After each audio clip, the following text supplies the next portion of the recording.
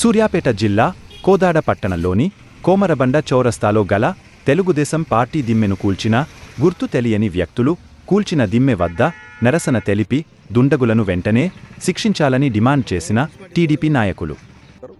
కోదాడ నియోజకవర్గ తెలుగుదేశం పార్టీ కన్వీనర్ని ఈరోజు మున్సిపాలిటీ పరిధిలో ఉన్నటువంటి కోమరబండ గ్రామంలో చౌరస్తాలో అన్న ఎన్టీఆర్ గారి విగ్రహం పక్కన తెలుగుదేశం జెండా దిమ్మె ఉండే గత 25 సంవత్సరాల కింద ఈ జెండా దిమ్మని ఇక్కడ ఏర్పాటు చేయడం జరిగింది.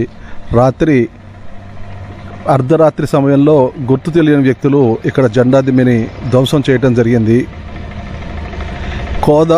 ఇది కోమరబండ గ్రామం తెలుగుదేశం పార్టీకి చాలా బలమైనటువంటి గ్రామం.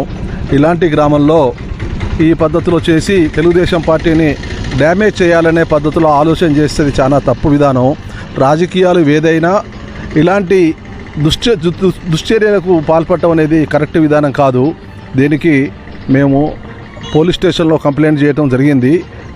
నిందితుల మీద తగు చర్య తీసుకోవాలని చెప్పి తెలుగుదేశం పార్టీ గత 4-5 నెలల నుంచి రాష్ట్రంలో కానీ కోదాడ నియోజకవర్గంలో కానీ చాలా బలపడుతున్నట్టుగా స్పష్టంగా కనపడుతుంది. అనేక గ్రామాల నుంచి తెలుగుదేశం పార్టీలో చేరడానికి ఎంతోమంది కార్యకర్తలు ముందుకొస్తున్నారు.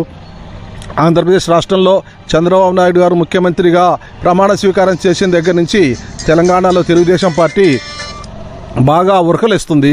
దాన్ని దృష్టిలో పెట్టుకొని పార్టీని డ్యామేజ్ చేయాలనే ఆలోచనతో దుష్టశక్తులు పనిచేశారు. ఎవరు ఏదైనా ఈ పద్ధతిలో చేసిన వాళ్లకు కఠిన చర్యలు తీసుకోవాలని చెప్పి నేను కోరుతున్నాను.